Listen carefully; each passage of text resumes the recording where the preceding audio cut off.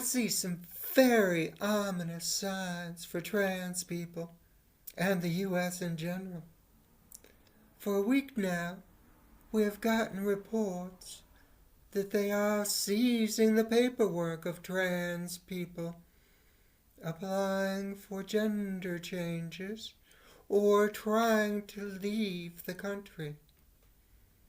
The only reason to seize our paperwork is so they can identify us.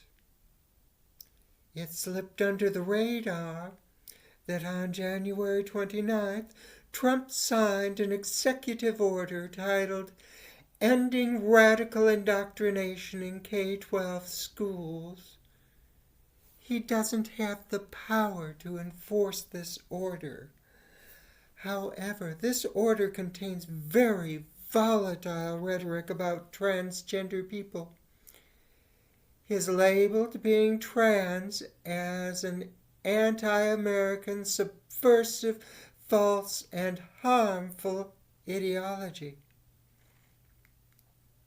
This is more than just rhetoric. It is a serious charge, painting us as enemies of the state with an agenda.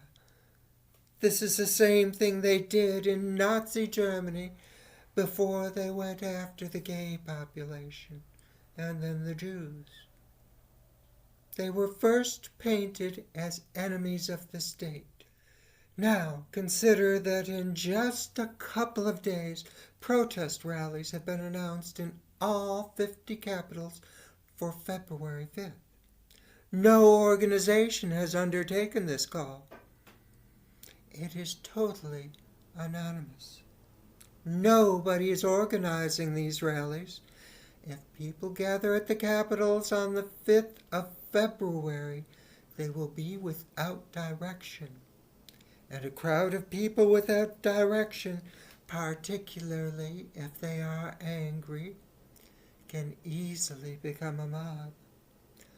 All they need is for one agitator to throw a rock at a window, or one supposed counter-protester to assault someone, and the mob will quickly dissolve into a riot.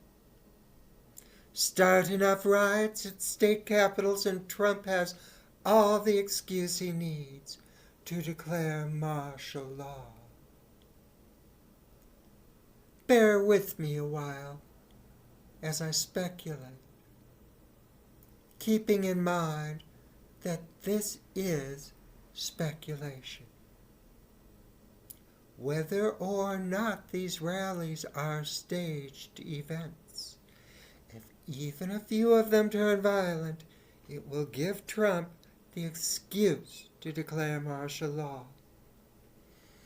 If they blame the violence on transgender radicals and or immigrants, they can set into motion a wave of violent retaliation and issue orders to round up all trans people and all immigrants and place us into camps such as Guantanamo or the new concentration camps they have signed an agreement to build in El Salvador.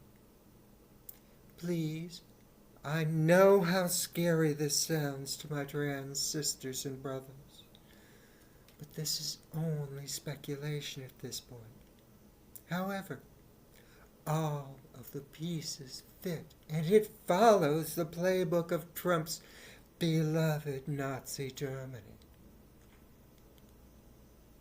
For right now, I suggest we watch very carefully what happens at the 50501 protests on February 5th. If they don't turn violent, then we can all take a breath. But we must remain vigilant because we still have the executive order labeling trans people as enemies of the state. We still have trans people prevented from leaving the country. And we still have the federal government seizing our identification papers. These are very scary times. I suggest all of us need to make plans. I have a great love for all of you in my heart. We will overcome.